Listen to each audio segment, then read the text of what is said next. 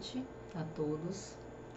É sempre uma alegria muito grande participar dos trabalhos doutrinários aqui da Casa da Esperança. Que bom que estamos juntos, para mais esse momento de aprendizado. E vamos então agradecer a Deus pela oportunidade que nos foi concedida. Que Jesus seja o nosso guia para as reflexões dessa noite, que as lições do Evangelho nos fortaleçam sempre no caminho do bem, nos orientando sobre a necessidade de sermos melhores a cada dia e que nunca na nossa jornada nos falte alegria, ânimo, determinação e, acima de tudo, coragem para realizarmos as tarefas que nos são confiadas. Hoje, nós daremos prosseguimento ao estudo do livro Coragem, que são textos de espíritos diversos, através da psicografia de Chico Xavier. Abordaremos nesse nosso trabalho o capítulo 2, Males Pequeninos, esse é o título do capítulo, e é um capítulo de autoria do espírito Albino Teixeira. Para começar, vale a pena ler o texto na sua íntegra. É um texto pequeno. Males pequeninos, Albino Teixeira. Guardemos cuidado com a importância dos males aparentemente pequeninos. Não é o aguaceiro que arrasa a árvore benemérita. É a praga quase imperceptível que se lhe oculta no cerne. Não é a selvageria da mata que dificulta mais intensamente o avanço do pioneiro. É a pedra no calçado ou o calo no pé. Não é a serração que desorienta o viajor ante as veredas que se bifurcam. É a falta da bússola. Não é a mordedura do réptil que extermina a existência de um homem. É a diminuta dose de veneno que ele segrega.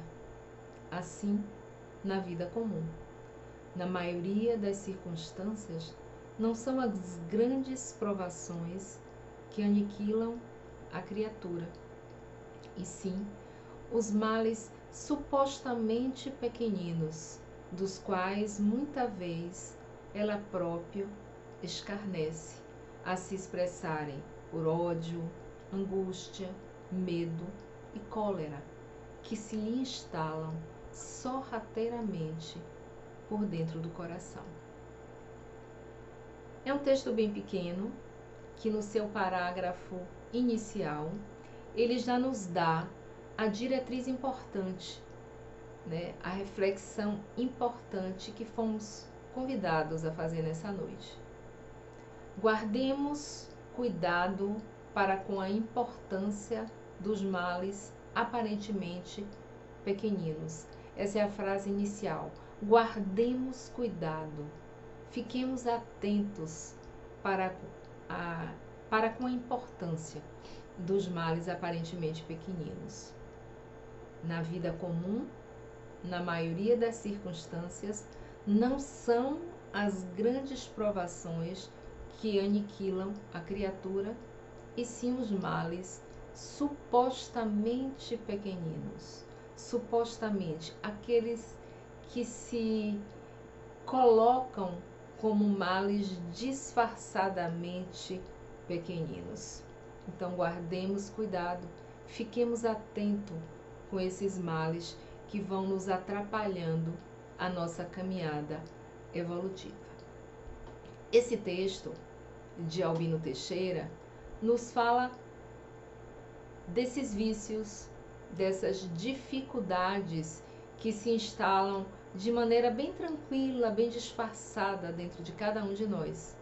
Vai nos prejudicando diariamente, nos destruindo, nos conturbando a vida, minuto a minuto, de uma forma quase imperceptível.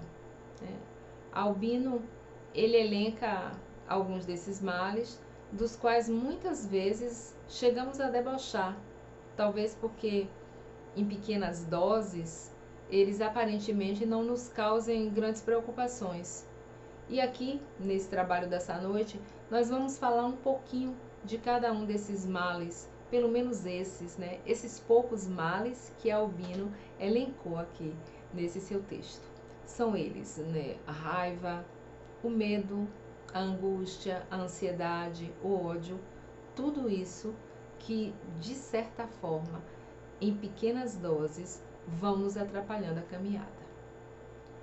Comecemos pelo medo.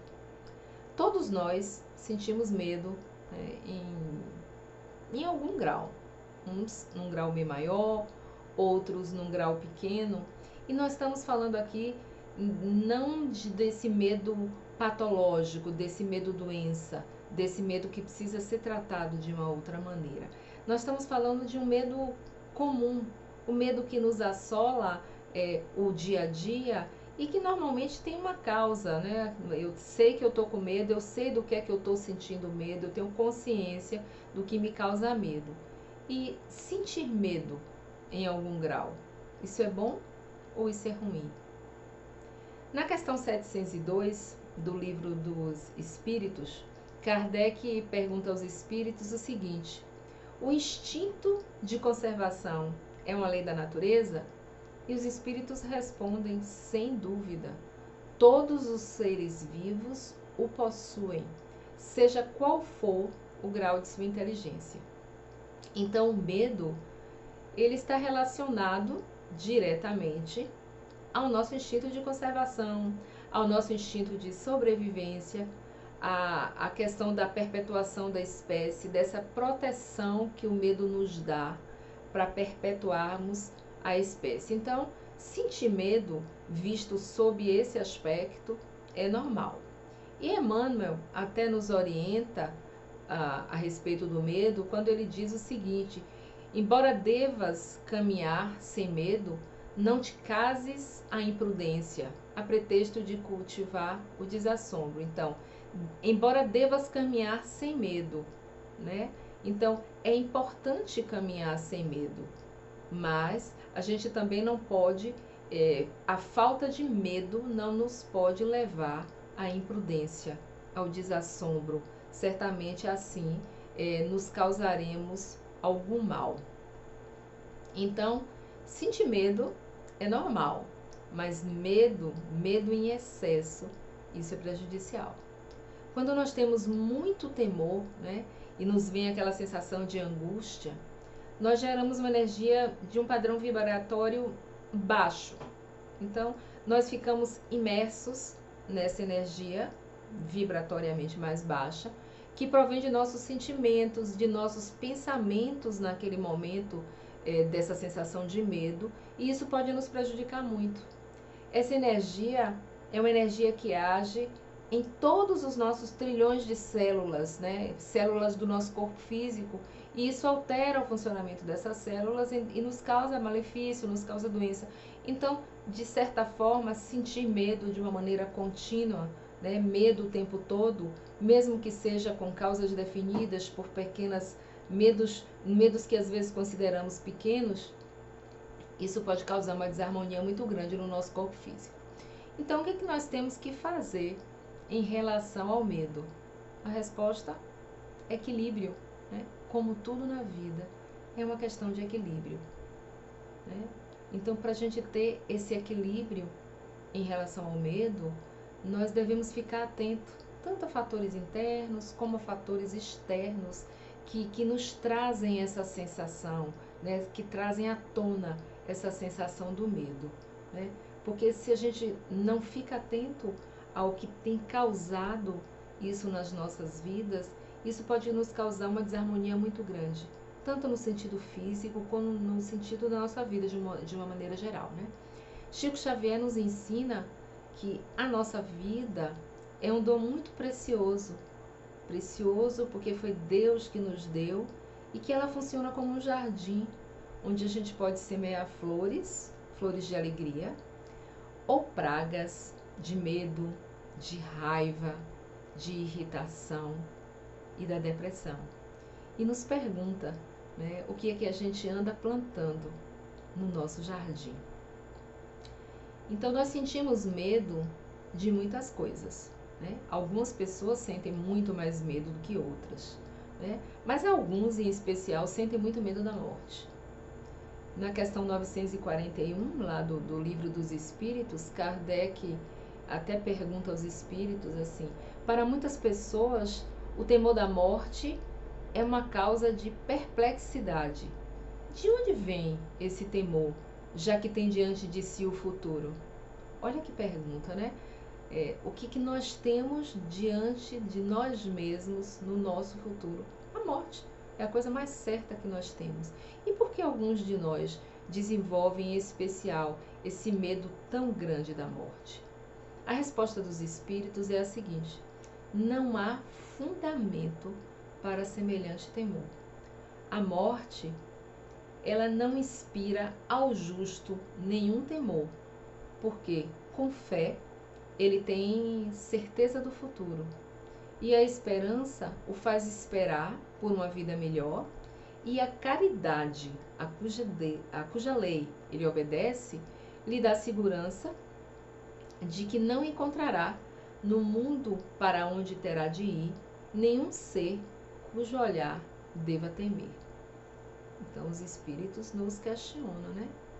Não há fundamento para esse temor da morte. Se somos justos, se praticamos a caridade, se obedecemos à lei da caridade, não temos nada a temer. Temos que nos preocupar, então, certamente, né, nessa nossa trajetória, em fazermos o bem, praticando o amor tão ensinado por Jesus. E André Luiz nos fala, através de Chico, o seguinte, que as virtudes são o passaporte para uma entrada tranquila no mundo espiritual. Então, a compreensão, a humildade, a paciência, a ternura, a caridade. Então, desenvolvamos virtudes, né? Se algumas ainda não as temos, não conseguimos adquirir, vamos desenvolvendo, né, algumas virtudes na nossa vida para que a gente tenha um passaporte com carimbos positivos para a nossa entrada no plano espiritual. Eu sei que em tempos tão difíceis, né, como esse tempo que nós temos vivido, né, nos últimos 2 anos, é muito difícil às vezes a gente manter o equilíbrio emocional. Mas a gente precisa estar sempre atento, né, com a nossa saúde mental, além da nossa saúde material, né, e ter sempre em mente que o que precisamos fazer é o que nos cabe, ter fé em Deus e sabendo sempre que tudo que nos acontece é para o nosso aprendizado, para a nossa evolução, para o nosso crescimento. Vamos refletir um pouquinho sobre o medo, né? Quais são os medos que nos afligem hoje? Se a gente para aqui agora e pensa, que tipo de medo de vez em quando me aflige, né? Eu tenho me dado conta do tanto que eu fico paralisada por causa desse medo que eu sinto? Que tipo de experiência produtiva para o meu crescimento como espírito imortal eu tenho deixado de viver por causa do medo? Não seriam esses medos, os nossos medos, esses males pequeninos que Albino nos fala nesse texto? Então guardemos cuidado com os nossos medos, para que eles não nos atrapalhem, para que eles não nos paralisem, não nos atravanquem a jornada evolutiva. Outro grande problema que Albino nos traz como mal pequenino e que às vezes não nos damos conta de como nos atrapalha é a ansiedade. Em seguida, assim, ele faz uma reflexão trazendo ansiedade e angústia, né, como se fosse uma coisa junta, uma coisa puxa a outra, né? Em termos conceituais, ansiedade é um estado psíquico de apreensão ou de medo provocado geralmente pela antecipação de uma situação, seja uma situação desagradável, seja uma situação perigosa, às vezes nem desagradável nem perigosa, mas a antecipação de uma situação que vamos viver e que antecipar o momento, antecipar uma tarefa nos causa ansiedade. A ansiedade, ela é tida como uma coisa que ela está inerente ao ser humano, que pode auxiliar, inclusive, a todos nós a nos protegermos de perigos. Por que auxiliar? Porque às vezes nós ficamos ansiosos antes de uma situação nova, antes de alguma coisa que demanda coisa que a gente nunca viveu, tá? Então, a ansiedade nesse momento de novidade, de alguma situação nova, elas até nos ajuda, ela pode nos proteger de perigos, mas ela, de certa forma, ela pode também se tornar uma coisa patológica, quando ela passa a fazer parte da vida da gente. Então, quando assumir um caráter generalizado na nossa vida, a ansiedade vai atrapalhar o funcionamento da nossa vida, né? Da saúde da nossa vida.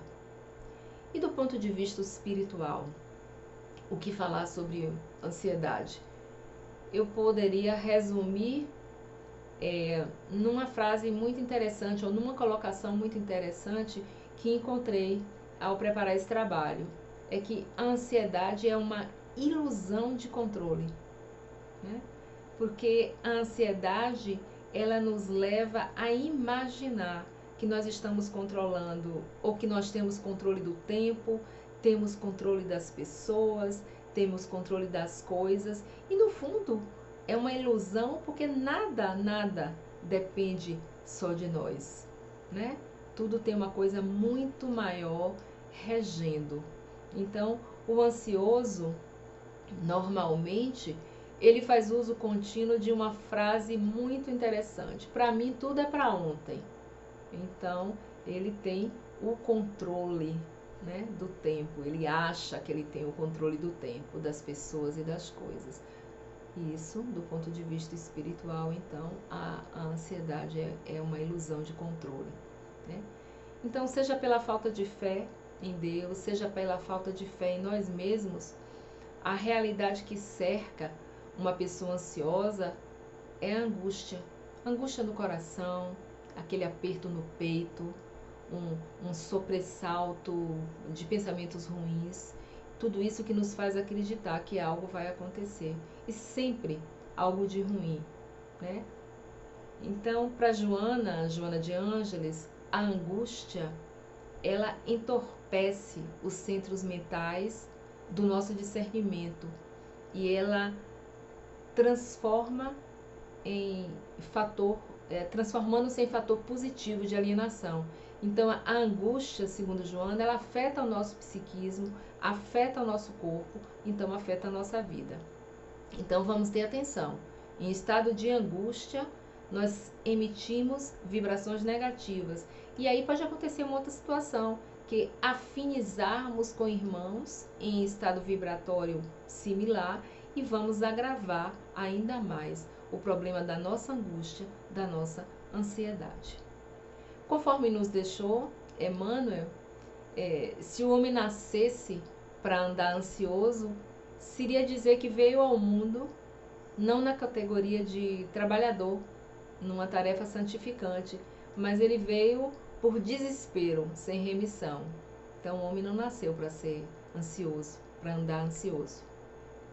Então que possamos sempre lembrar que a ansiedade é uma má companheira nossa em todos os momentos. Ela nos adoece, né? Adoece o nosso espírito, adoece o nosso corpo físico, e isso sim, em algum grau, à medida que ela nos domina, ela demanda tratamento real e muita atenção. A partir de estudos da doutrina espírita, é possível buscar paz, buscar harmonia, que são antídotos muito importantes para a ansiedade. No capítulo 5 do Evangelho segundo o Espiritismo, Bem-aventurados os aflitos, esse capítulo ele nos oferece muitos subsídios valiosos para o tratamento da nossa ansiedade, porque ele fala das causas e da justiça das nossas aflições. Então, se pensarmos, se avaliarmos esse capítulo, se refletirmos a respeito das causas e da justiça das nossas aflições, com certeza vamos equilibrar o nosso pensamento e diminuir um pouco a nossa ansiedade. Então vamos refletir novamente, né? Hoje, quais são as causas da ansiedade, essa ansiedade que lhe aflige, da angústia que essa ansiedade lhe traz? O que é que hoje lhe traz essa angústia que lhe aperta o peito? Que experiências produtivas para o nosso crescimento como espíritos imortais que somos, temos convicção disso, né?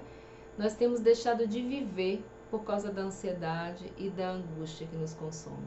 O que é que nós temos deixado de viver por causa desses sentimentos, desses males pequeninos que de repente não valorizamos como grandes coisas que atrapalham a nossa jornada evolutiva?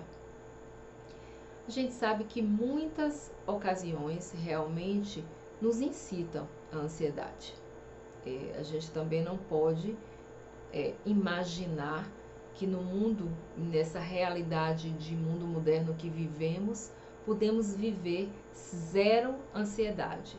Mas a gente precisa pensar em Pedro, quando nos diz o seguinte: lança as inquietudes sobre tuas esperanças em nosso Pai Celestial, porque o divino amor cogita do bem-estar de todos nós. Então, tratemos as nossas ansiedades com a certeza que o Pai Celestial tudo sabe sobre nós, sobre as nossas dificuldades, sobre as nossas necessidades. Nos acalmemos, então. Raiva é outro ponto aqui tocado nesse pequeno texto de Albino Teixeira. O Espiritismo, ele nos alerta que o orgulho, né, de braços dados com o egoísmo, vem se desenvolvendo no homem desde sempre, desde os primórdios de sua evolução. Segundo Kardec, o orgulho e o egoísmo constituem-se nas duas chagas da humanidade. É certo que através das inúmeras reencarnações, o homem foi desenvolvendo o orgulho, mantendo mesmo quando não existe motivo aparente para esse sentimento materialista, né? Um dos males que esse sentimento causa no homem, o sentimento do orgulho causa, é a raiva, a cólera, a irritação. Por quê? Porque sempre que o homem se sente contrariado em alguma coisa, ele traz à tona esse sentimento, às vezes, quando não é uma raiva muito intensa, no mínimo é um sentimento de irritação. Então, o homem demonstra aí, ou nós demonstramos aí, o quanto ainda somos dominados pelos instintos, né? Que, de certa forma, foram extremamente necessários, né? Quando estagiávamos no reino animal, mas que hoje precisam ser colocados num plano muito inferior na nossa vida, a questão do instinto. No Evangelho segundo o Espiritismo, no seu capítulo 9, no item 9, procurai a origem desses acessos de demência. Então, o Evangelho nos concita a procurar a origem desses acessos de demência passageira, acessos de raiva passageira, acessos de irritação passageira, de cólera passageira, que vos assemelham, ou que nos assemelham aos brutos, né? E nos faz perder o sangue frio, nos faz perder a razão. Então, o Evangelho nos fala assim: procurai e encontrareis quase sempre por base o orgulho ferido. Então, a cólera, a raiva, né? Ela pode ser sentida de duas maneiras. Existe aquela raiva convulsiva, gritante, aquela raiva que faz barulho. Eu digo que é aquela raiva espalhafatosa. Mas existe aquela raiva íntima, aquela raiva surda, aquilo que a gente guarda dentro da gente, né? Todas as duas, né, elas estão sempre por trás de acontecimentos que incitam o nosso orgulho, né? E as raivas, a cólera, seja ela a convulsiva ou seja ela a íntima, ela tem reconduzido antes da hora marcada uma multidão de espíritos encarnados à espiritualidade, através de mortes repentinas, mortes inexplicadas, crises cardíacas e nervosas, paralisias, mudezes, acidentes, delitos de toda a ordem. Então, um momento de raiva, seja ela convulsiva, explosiva, ou seja ela uma raiva íntima, ele sempre nos leva a caminhos muito perigosos, né? Então, a raiva, segundo Emmanuel, a cólera, né, é um vinho envenenado, de cuja embriaguez a alma desperta sempre com o coração cheio dos maus sabores, do arrependimento e da vergonha, né?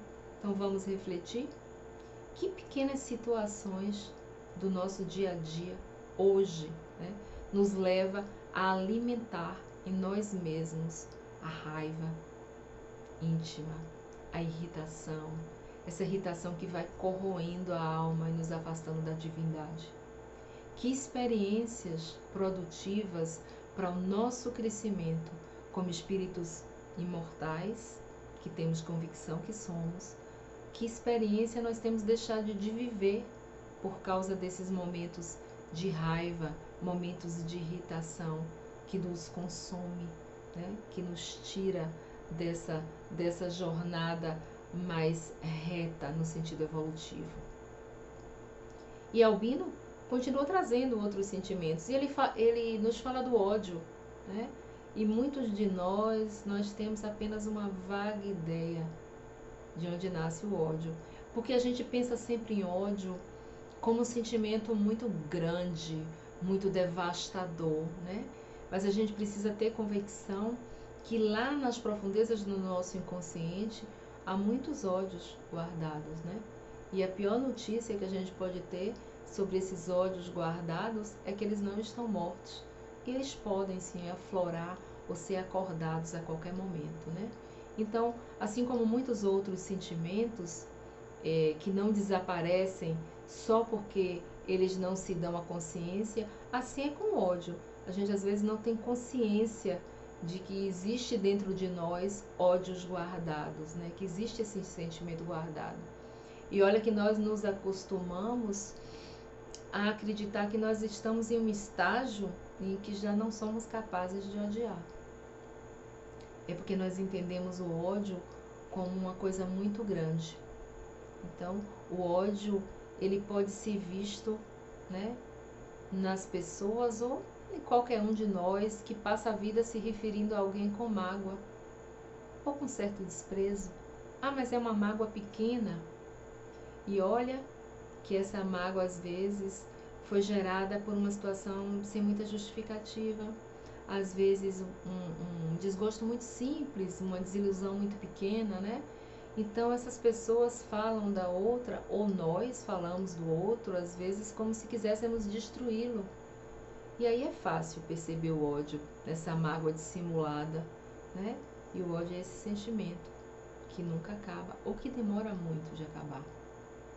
Então, uma pessoa, ela se magoa porque ela vive, às vezes, um episódio doloroso, um episódio que ela não consegue lidar com a dor emocional que esse episódio causa, né? Naquele momento ela não consegue lidar, então ela vai construindo uma mágoa, né?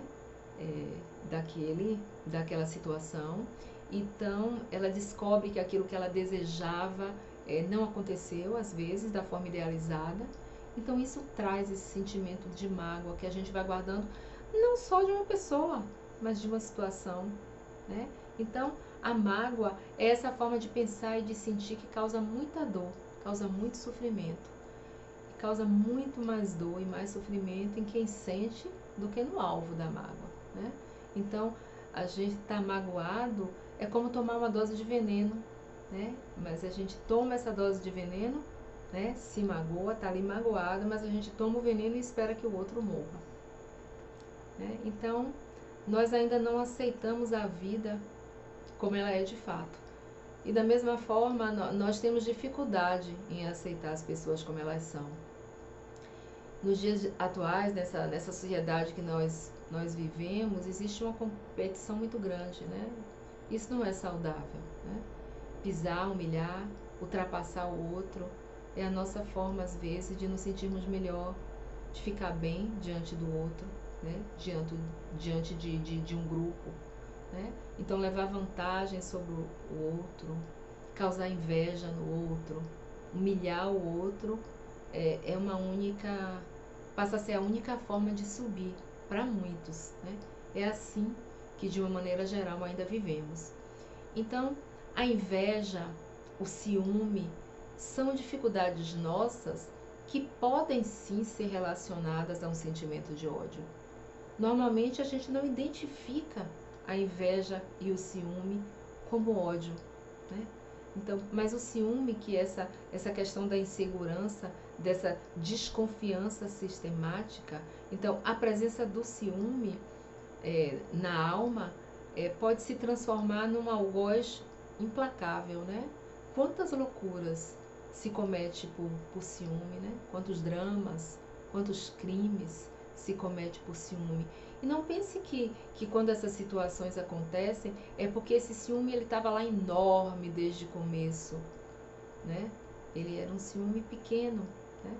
Aquela coisa pequenininha que vai crescendo. É um mal pequenino que a gente não se apercebe dele, mas que pode destruir a nossa vida.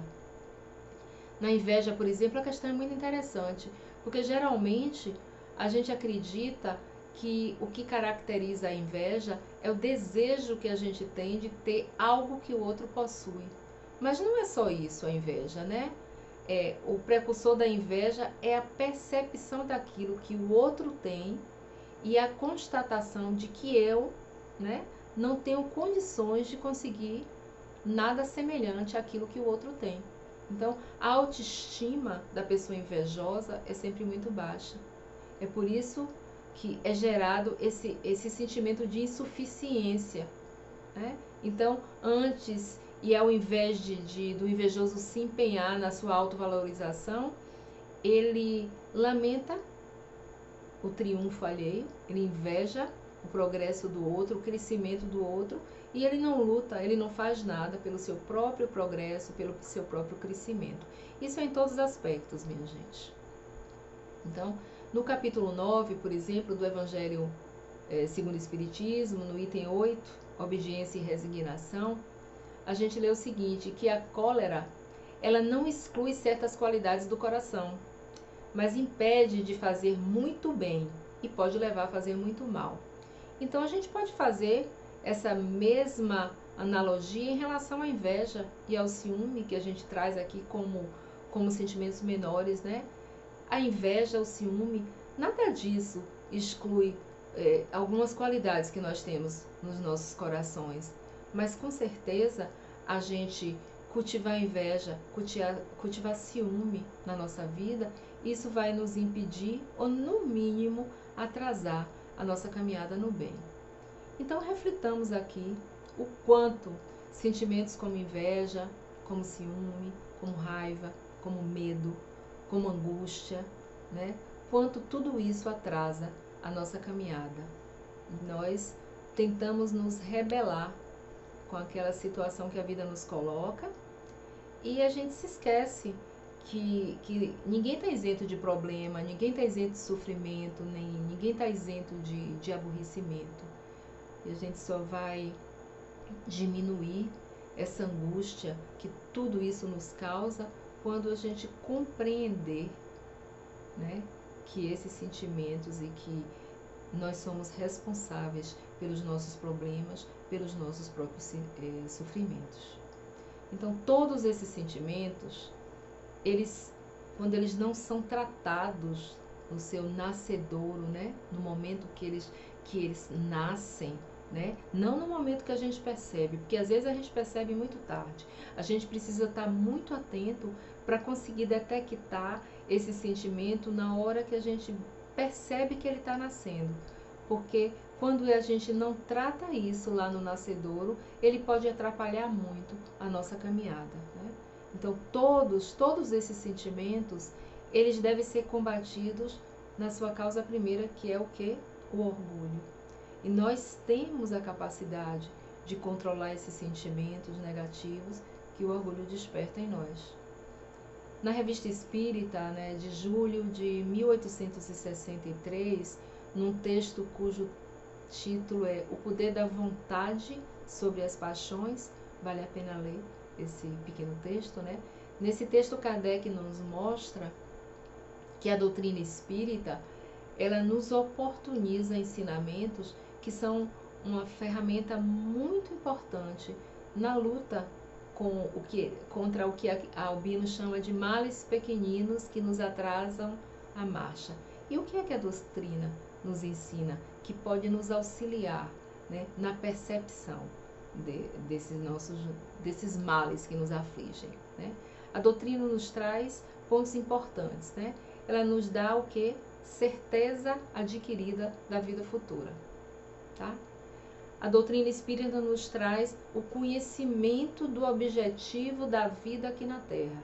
Nós sabemos o que estamos fazendo aqui, né? Nós não viemos aqui a passeio. A doutrina espírita, ela é esclarecedora para a gente nesse aspecto do conhecimento do nosso objetivo aqui, enquanto espíritos encarnados, né? A doutrina espírita, ela nos traz o entendimento de uma coisinha chamada livre-arbítrio. Livre-arbítrio. E a responsabilidade daí decorrente, do entendimento do que é livre-arbítrio e do entendimento dessa responsabilidade que nós temos, né? E a doutrina espírita nos diz ainda e nos traz a certeza de que o pensamento de que a maior parte de todos os males terrenos são consequência dos nossos atos. Então, nós somos responsáveis pela nossa vida, responsáveis pelas nossas mazelas, pelos nossos sofrimentos, pelos nossos aborrecimentos, né? Então, todas essas ideias, a convicção de que essas ideias que a doutrina nos traz pode mudar a nossa trajetória e nos fazer enxergar as nossas dificuldades sob outro ângulo, tudo isso é muito encorajador. É muito encorajador. Então, meus amigos, fiquemos atentos na nossa vida aos males pequeninos. Tantas vezes a gente se deixa entorpecer diante deles, né? Ficamos paralisados. Talvez porque não percebamos tudo isso como males. Talvez porque nas pequenas doses que eles vão chegando na nossa vida, eles não nos causam grandes preocupações, né? Afinal, como diz Albino no texto, eles vão se instalando sorrateiramente dentro dos nossos corações.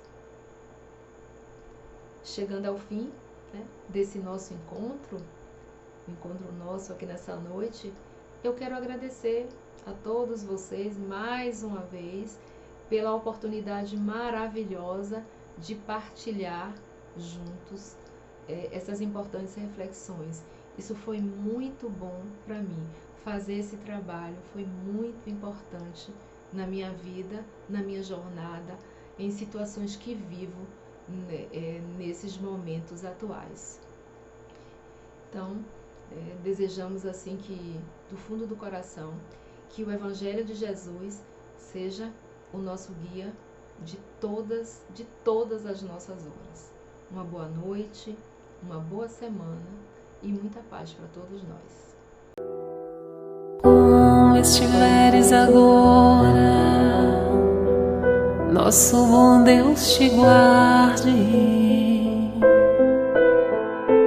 Como estiveres pensando, nosso bom Deus te use. Onde te encontres na vida, que Deus te ilumine. Com seguindo, nosso Senhor te guie. No que fizeres tu, peço ao bom Deus que possa te amparar, e em cada passo teu a mão de Deus virá te abençoar.